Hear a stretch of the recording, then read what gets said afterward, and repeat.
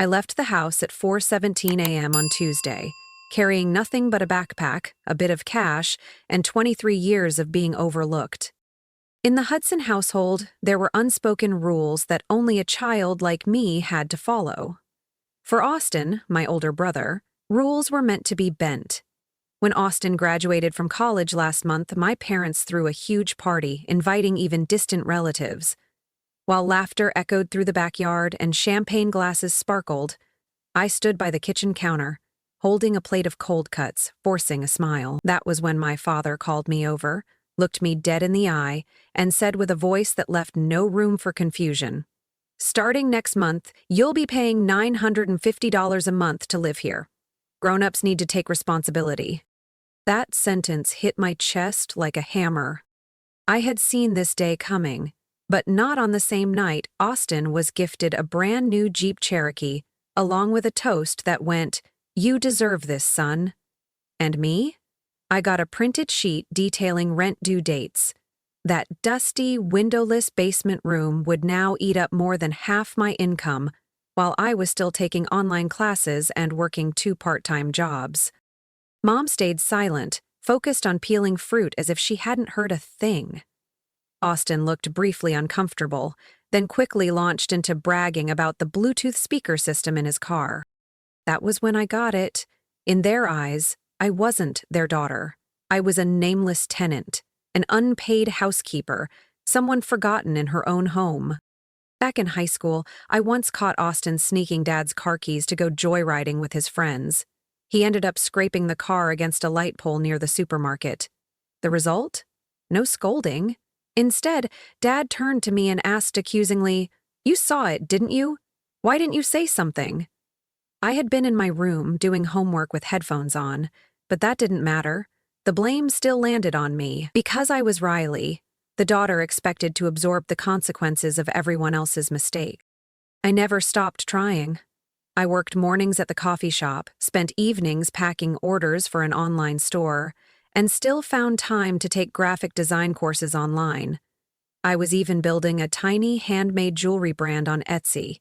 The bracelets I crafted by hand, praised for their elegance, were the only light in that cold basement corner I called mine.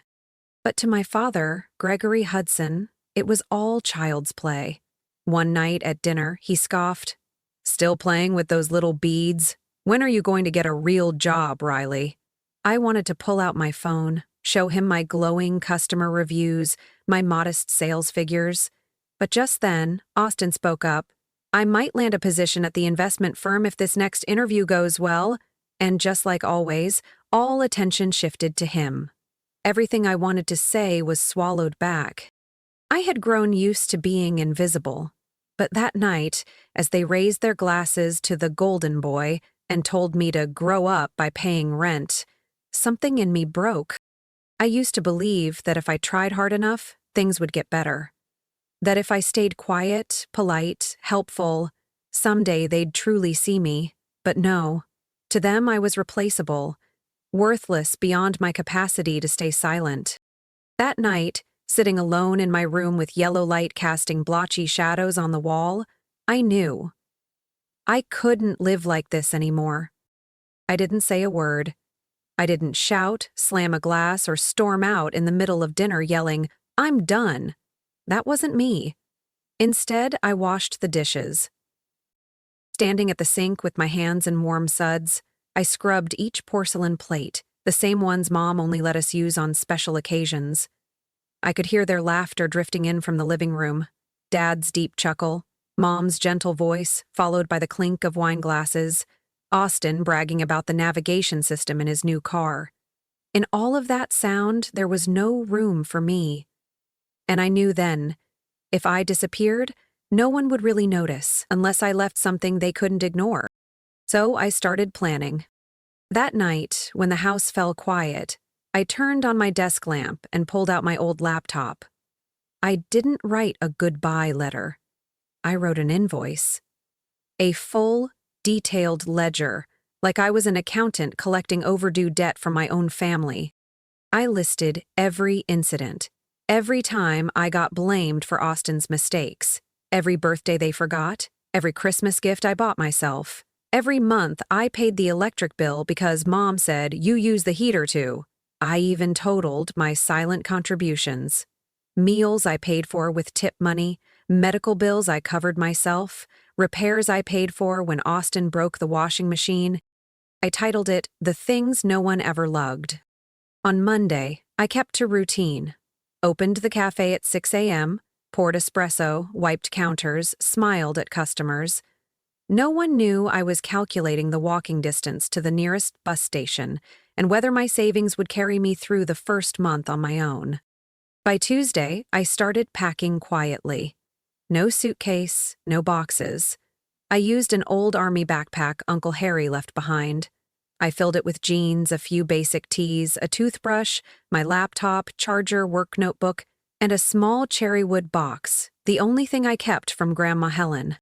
When I was 14, she gave me that box and said, "Riley, in this house you'll have to find your own worth. Never forget you deserve to be seen, to be heard." Inside were her handwritten letters, a few antique coins, and the old necklace she wore in her youth. But that wasn't the most valuable thing I brought with me. During an attic cleanup last year, I stumbled upon a leather-bound notebook. At first, I thought it belonged to Austin, but no. It was in Grandma Helen's handwriting. A journal. No one in the family ever mentioned it, and for some reason I still can't explain, I hid it. Like something inside me whispered, "Don't let anyone know." On Wednesday night, while Austin was out celebrating with his friends and my parents went to bed early for a board meeting the next morning, I quietly placed the ledger on the kitchen counter. I sealed it with a little sticker shaped like a clover, my own strange way of wishing myself luck. I didn't leave a goodbye, I left the truth. 4:17 a.m. I put on an old hoodie, wrapped a scarf around my head, slung the backpack over my shoulder, and left through the back door. I avoided the creaky wooden step, the neighbor's dog that barked at shadows. I slipped into the narrow alley leading to the Route 9 bus stop, just a few streetlights casting golden patches onto the damp pavement. The bus arrived at 4:41. I paid cash, didn't swipe a card. Destination? Cedar Falls. A small town over 9 hours away by bus. The only connection I had left there was Aunt May, Grandma Helen's cousin. The one my dad had banned from our lives for being too rebellious and not family material. I didn't text anyone, didn't post an update, didn't leave a trace. But before I left, I did one last thing. I took a photo of the ledger and sent it to a backup email I used only for emergencies. In the subject line, I wrote, "Riley Hudson, never disappeared, just waiting to be seen." On the bus, I sat next to an older woman cradling a kitten in a mesh bag. She smiled at me. I smiled back. No one asked where I was going, and that was exactly what I needed. Freedom doesn't always come with flags waving or spotlights blazing. Sometimes it starts with a silent night, a small bag, and a ledger you'll never forget. I arrived in Cedar Falls around 3 in the afternoon. Light rain fell, thin and cold, casting everything in a soft gray haze. The bus station was nearly empty, just a few people waiting for the last run of the day. But I didn't feel lost. Because standing at the end of the steps was a silver-hailed woman in a red wool coat, holding a familiar striped umbrella. Aunt May. "Riley?" she asked, no doubt in her voice. I nodded, my eyes stinging. She opened her arms and hugged me like I was a long-lost niece she'd been waiting years to find. Aunt May's house sat on the edge of town, a pale yellow wooden home with a porch full of daisies. No luxury, no modern design. But it was the first place I'd ever walked into without needing to prove I belonged. She didn't ask why I left home, she just made soup, brewed peppermint tea, and told me to take a long, hot shower. That evening, as we sat together on her old armchair, she finally spoke, softly. "Your Grandma Helen once said you'd be the one to break the toxic cycle in the Hudson family." I stared at her. The cycle? She didn't answer right away. Instead, she stood, went into the bedroom, and returned with a thick folder tied with a purple ribbon. "Before she passed, your grandma asked me to give you this, once you truly left home." I untied the ribbon. Inside was a will no one had ever mentioned, several handwritten letters, and a stack of bank documents. My name was printed in bold at the top. Riley Hudson Trust Fund, established in 2009. I was frozen. 2009? I whispered. I would have been 7 years old. Aunt May nodded. "Helen set up the fund after seeing how your parents treated Austin and you. She said, one day, Riley will need a safety net to escape." I read every line, every figure. My grandmother had saved over $120,000 in that trust, enough to go to college, start a business, maybe even buy a small home. But I'd never heard a word about it. In the bottom corner of one document was a note: "Temporary trustee assigned, Gregory Hudson, appointed while the beneficiary is a minor." I closed my eyes. Memories came rushing back. How I was hospitalized briefly for depression at 18. Back then, I didn't understand why Dad brought a folder of paperwork and told me I just needed to sign a few medical forms. I was fragile. I trusted him. I had unknowingly signed away my rights. Aunt May let the silence sit, allowing me to absorb the truth. When I opened the old phone I used for Etsy orders, I found an email from the bank confirming a large withdrawal from the fund in 2022. Every number felt like a dagger. Then Aunt May handed me one more envelope, a photocopy of a scholarship application bearing a signature, signed, but I never signed it. I looked closely. The pen strokes were familiar. It wasn't my handwriting, but a near-perfect imitation by someone deliberately copying it. Austin. When we were younger, he used to fake my signature in school notebooks just for fun, and now he'd done it again, this time to redirect tuition money into his own name. I've been robbed blind, without anyone needing to threaten me, I thought, my throat tightening. Aunt May placed a hand on my shoulder. "If you want to do something about this, I know someone who can help." 3 days later, I met Mr. Carter Levine, a lawyer in his 50s who specialized in intra-family financial abuse. His office was modest, but the way he read through the documents was anything but simple. "This kind of case isn't rare," he said, "but it's rare to have this level of proof. If we act quickly, you could recover everything that was taken, including damages." I looked him in the eye and said firmly, "I don't just want the money back. I want the justice they tried to crush out of me for 23 years. He nodded. "Then let's begin." We filed paperwork, submitted asset recovery requests, demanded transfer investigations, filed a complaint for signature forgery. I wasn't just the girl who washed dishes and smiled anymore. I became the plaintiff, a woman brave enough to pull the mask off a family that seemed untouchable. I didn't know if I would win, but I knew I wasn't running anymore. Nearly 3 weeks after we filed the lawsuit, I received a call from an unknown number in Rockdale County. The man's voice was deep and professional. "Miss Riley Hudson, this is Lieutenant Warren from the police department. We've just taken a young man named Austin Hudson into custody. He was driving under the influence and crashed into a traffic pole near Willow Creek University." I froze. "Did he ask to call anyone?" I asked. He just said one thing: "Call my sister. She's the only one who can help." I arrived at the station with my emotions in chaos.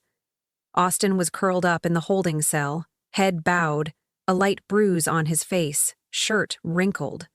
He was no longer the golden valedictorian of the Hudsons. When I stepped in, he looked up. His eyes were red. "Riley, I'm sorry. I really am." I said nothing. I just looked at him. The same person who once took a scholarship meant for me, forged my signature on transfer forms, and now sat there like a child stripped of all privilege.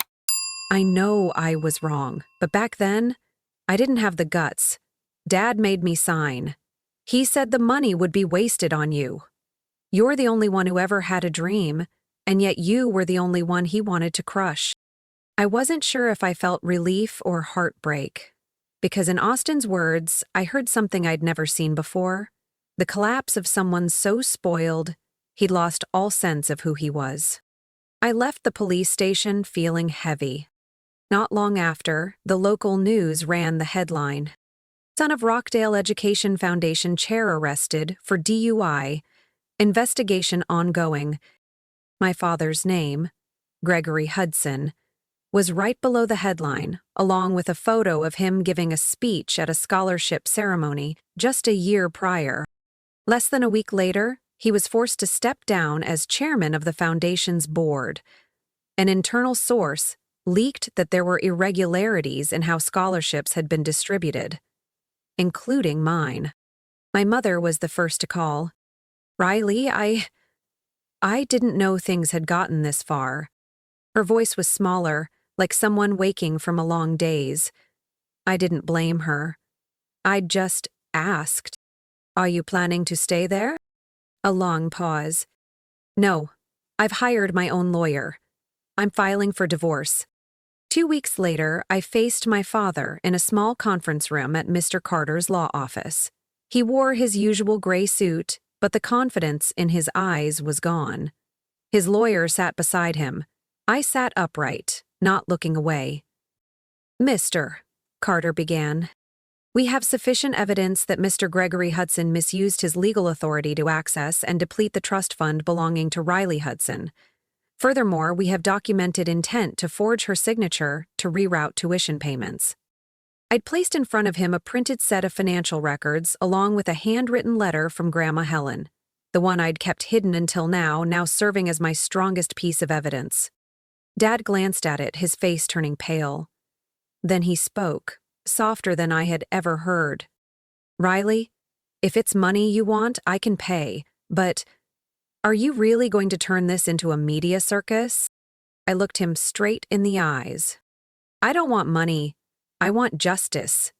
And a clear acknowledgement. Not because I hate you, but because I don't want anyone else to go through this." Dad agreed to sign a settlement returning all the funds withdrawn from the trust. Included was a public memorandum admitting wrongdoing, in exchange for me not pursuing criminal charges, if he honored the terms. Mr. Carter required Dad to take one more concrete action to make amends. And it was Mom who came up with the idea. She suggested donating the Hudson house, the place that had once been the polished symbol of perfection, to a local support center for women and children affected by financial abuse. Dad was quiet for a long while, then nodded. "At the very least," he said, "it can still do something good." 2 months later, I stood in front of the house that once made me feel so small. But now, the sign in the yard had a new name: Helene Center for those starting over. I didn't go inside. I just stood there, head held high, and smiled. The storm had passed, but what I was about to do was only just beginning. Nearly 6 months after the Hudsons officially fell from Rockdale's list of model families, I had begun an entirely new chapter, one where for the first time in my life, I was behind the wheel. I moved to a small lakeside town called Maple Haven, about an hour's drive from Cedar Falls. A quiet place, with pine forests in the back, a bakery that opened at 6 a.m., and an old library with crooked shelves, but a warm heart. I worked mornings at Maple Bean Cafe, and in the afternoons, I started planning something I had never dared to imagine before: an organization to support young people who had been financially manipulated by their own family members. Together with Aunt May and attorney Carter Levine, we founded a nonprofit called Phoenix Bridge, a symbol of rebirth from ruin. We chose the name because it was simple: no one deserves to be a victim forever. In the first 3 months, it was just the three of us: me, Aunt May, and a sociology student named Hugo, whose father had used his name to rack up debt. But from a tiny reading room in the public library, Phoenix Bridge began to grow. We helped young people recover financial documents, find legal counsel, learn independence, and, most importantly, learn to believe in their own worth. In the first year, we supported 78 cases. In the second year, The number surpassed 260. Some had lived in their cars. Some had parents who controlled their bank accounts into their late 20s. Some nearly lost their shot at college because a sibling had drained their savings. They came in quietly, but left with brighter eyes and straighter backs. I knew that feeling well, because I had once been them. When the organization started gaining mentions on several major finance blogs, an editor from Little Hemlock Publishing reached out. She said, "Riley Hudson's story isn't just one person's story, it's a story a whole generation needs to hear." It took me 6 months to finish the manuscript. On the last night, I sat in my small rented room, reading the final paragraph, and cried like I never had before, not from pain, but because I had finally turned it into something meaningful. The book was titled Escape Between the Lines, and it made the bestseller list within 4 weeks. Even more surprising was the volume of handwritten letters I received, from college students, single moms, even retirees. All of them said the same thing. I thought I was the only one. Not long after, my mom moved to a town near Maple Haven. She started going to therapy, signed up for a pottery class, and slowly regained the laughter I only vaguely remembered from childhood. We're not perfect, but we're real. Every conversation is a step toward reconnecting, with no more performances. One morning over tea, she said, "I let you live too long in someone else's shadow. Now I just want to walk beside you, if you'll let me." I held her hand and nodded. No need to forgive right away. But starting over, that was possible. And Austin? After rehab, he called me. His voice was still raspy, but the usual arrogance was gone. "I'm apprenticing at a woodshop in a coastal town. For the first time in my life, I bought my own hammer, with my own money." I didn't say anything for a few seconds. Then I said, "Hold on to that hammer, and use it to rebuild yourself." We didn't mention the pain, but for the first time, we were 2 individuals, no longer actors in the Hudson family play. And then, Elijah appeared. I met him at the town bookstore. He was a 3rd-grade teacher, shopping for fairy tale books for his students. At first, it was just polite hellos. Then came Saturday morning cappuccinos, followed by afternoons by the lake, listening to him describe the kids drawing winged blue elephants. Elijah never asked about my past. He listened when I talked, without judgment, without interruption, and when I asked what he thought of my memoir, he simply said, "I think you're living proof that kindness can survive hell. And more than that, it knows how to smile." For the first time, I didn't feel like I had to explain or defend myself. Just living was enough. One early autumn morning, the air crisp and the ground covered in burnt orange maple leaves, I drove back to Nightingale Hill, where Grandma Helen was buried. The last time I was there was the funeral, when I still didn't know what she had left for me. Today I returned with a different heart, one that had been broken but was no longer lost. I walked slowly to the headstone etched with Helen Josephine Whitmore, a light that never fades in darkness. In my hand was the wooden box she had once gifted me. Inside was her final letter, marked in purple ink, sealed and labeled. "Only open once you've chosen your own path." I opened it with hands that no longer trembled. Her voice echoed in every line. "Dear Riley, if you're reading this, it means you've stepped out of the shadow of those who tried to shrink you. I couldn't protect you from every storm, but I believed you'd learn to dance in the rain. You weren't born to be hidden away in corners. You were born to shine in your own way." I read to the final line, handwritten in italics. "People don't disappear because they're weak. They disappear so they can finally be seen for who they truly are." I put the letter back, not wiping my tears. Because for the first time, I let myself cry for freedom, not for pain. That afternoon, I drove past the old Hudson family home. Now, it was called Whitmore Haven, a support center for women and children who had been financially and emotionally abused.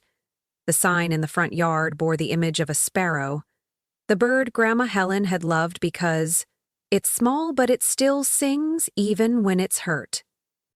I walked in, greeted by a smile from the new manager, Lena, a woman who had been the first person Phoenix Bridge ever helped 2 years ago. The house had completely transformed. Freshly painted rooms, a children's play area, a small therapeutic library, and most notably, the light room, a space where women could write, draw, or simply sit in silence. I entered that room and placed a small portrait of Grandma Helen on a wooden shelf, next to handwritten notes from young mothers. Thank you for giving me a place to begin. Again. I used to think I didn't deserve anything. Now I know I do. I stood quietly for a while, then pulled out my phone and took a picture. That photo won't go online. I'll print it, laminate it, and place it in my journal, right next to her final letter. A reminder that, from an invisible girl, I had become someone who created a place where no one was forgotten. That evening, I came home, to the little lakeside house I now shared with Elijah. He was grading papers, red pen in hand, reading aloud a funny sentence from one of his third graders. She wrote, "When I grow up, I want to be a lollipop because lollipops don't have to do homework." He chuckled, handing it to me, not sure if I should correct that or just nod in agreement. I laughed, nearly falling over, then sat beside him. On the table was the draft of my new book, a collection of stories from Phoenix Bridge, told by people who once felt buried by their own families. I think I should include Lena's story in the final chapter, I said, because now she's leading the very place that once made her feel like she'd lost everything. Elijah looked at me, his eyes gentle. Did you ever imagine you'd come this far? I shook my head. I used to think I was only meant to survive. I never imagined I'd be the one helping others truly live. 1 week later, I held my first community talk at the Maple Haven Central Library. The audience came from all age groups. An elderly woman stood up and said, "My own daughter once took out a loan under my name. I thought there was no way back. But listening to you, I think I still have worth." And I didn't respond right away. I just stepped down and hugged her tightly. We always have worth, even when others fail to see it. Before closing the talk, I read an excerpt from my book. I once let others define my worth. I stayed quiet because I thought being polite meant staying silent. But I've learned this: silence is not peace, and disappearing doesn't mean weakness. Sometimes, we need to disappear in order to learn how to show up, not as a shadow, but as light. I looked up at the audience. In the hundreds of eyes looking back at me, I saw the one thing I had longed for most: acknowledgement. Not out of pity, but because I dared to rise. Riley's story is a powerful reminder that sometimes the greatest obstacles on our journey to grow come from the ones we love most. But beyond the pain, Riley proved that courage isn't always a roar. It's the quiet, steady act of reclaiming your worth. In real life, so many people have been manipulated, dismissed, or robbed of their rights without even knowing it. But like Riley, anyone can rise, find their voice, and build the life they truly deserve. What do you think about Riley's journey and the choices she made? Share your thoughts below. And don't forget to follow this channel for more heartfelt and meaningful stories about family and inner strength.